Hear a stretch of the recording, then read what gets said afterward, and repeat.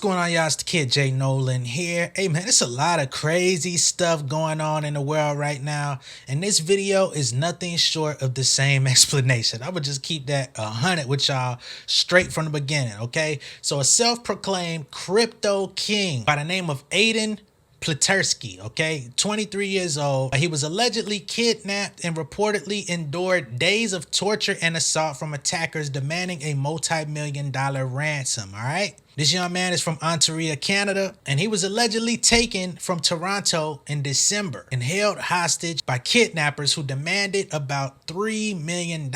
And these reports are coming from his father, who reported this to a Toronto news network, CTV. Details of this abduction were revealed in court papers related to a bankruptcy proceeding involving millions of dollars that Pleterski allegedly spent living lavishly instead of investing. So apparently somebody was, trusting him with their crypto or trusting them with their bread, and he ran off on the plug, deciding to go live a lavish lifestyle instead of actually putting that money where it was intended to go. Now, I don't understand who really trusted him to begin with, but we'll get to that. What's even crazier is they're saying, while held captive, Pleterski contacted his landlord and asked for $3 million, the court papers reportedly recounted. I know you could be desperate if somebody kind of comes and snatches you up, but what make you think your landlord was gonna give you some money? And who told you the landlord had $3 million just to be given away? It ain't sounding right to me. The landlord says, I received multiple calls from Aiden, but it was late at night.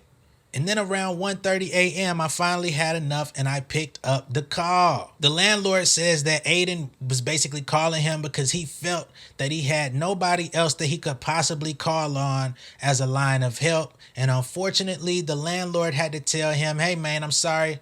There's nothing I can do either. Guess you're just gonna have to ride it out. Now, Pleterski is involved in a bankruptcy controversy, all right, in which he was allegedly asked to invest over $40 million and instead spent nearly $16 million on lavish vacations, expensive cars, private planes, and more. So he was basically running a business telling people that he could invest their money into the crypto market and bring back exceedingly well returns, right?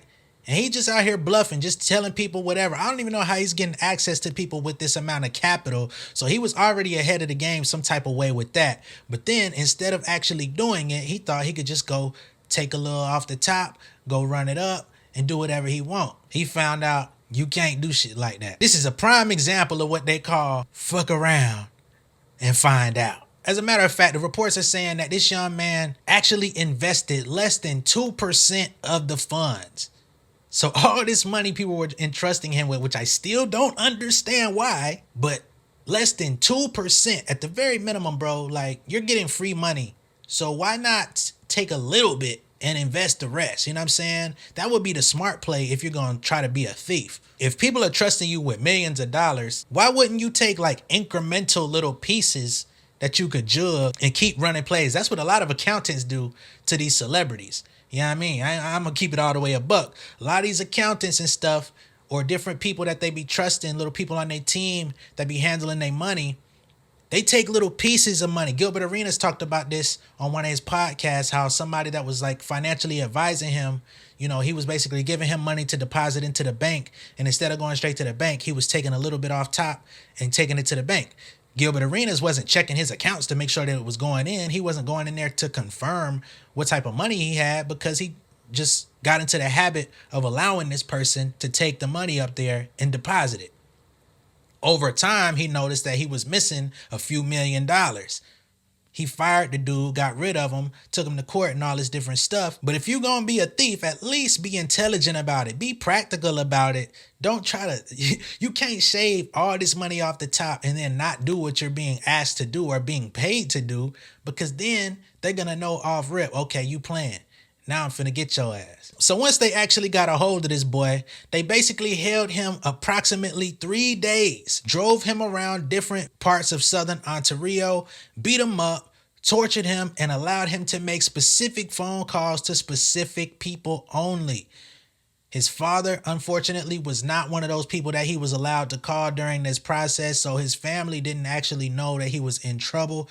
There was only certain people that he was allowed to contact.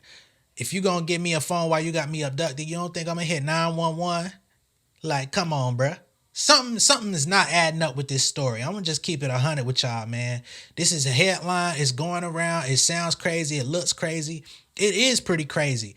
But something is not adding up with this press release. Or I mean, at least these news reports. Let me call it that. What's even more fishy to me is when I Google search this young man's name, there's a website that says AidenPleterski.com. I don't know who registered this website, but on it, they have a mugshot of this young man, and they have this headline that says crypto and forex fraud, social media fraud, domestic violence. All right, this is where we get a little bit deeper into the story. This is more than what I bargained for, to be honest. I just wanted to see what else was out there. It says this website is for information purposes only and is intended to provide public awareness into the recent fraud Ponzi scheme investigation and allegations against Mr. Aiden Pleterski. The information on this website has been gathered in an attempt to prevent any future victims of Mr. Aiden's actions. Multiple creditors investors have alleged that Mr. Aiden induced them into making substantial investments by creating fraudulent social media posts and misrepresenting himself to portray himself as an educated, knowledgeable, and successful foreign exchange / cryptocurrency trader. In addition, Mr. Aiden was also charged with domestic violence in the state of Florida on June 9th, 2021. So they going a little deeper than I was even trying to go. All images, articles, documents, and information have links to their original sources. So they have all types of information being displayed to the public of this young man to show not only is he a thief, not only is he a fraud, but he is also a domestic abuser. Again, when I came and made this video, I was not expecting for things to take this type of turn. Homeboy, you done got caught in your own villain arc. You gonna have to ride this out, my boy. Ain't no sympathy on this side. I'm gonna just let you know that right now. Crazy thing to me is the fact that they let this little nigga live. Like, he get to live to tell his story. His family get to tell their story. But like, where is homeboy? To my knowledge, none of the reports are saying that he's dead. Nobody's saying that he was clapped in the process. So I'm trying to understand why they let you go, my boy. What did you do? How did you persuade them? Did you run away?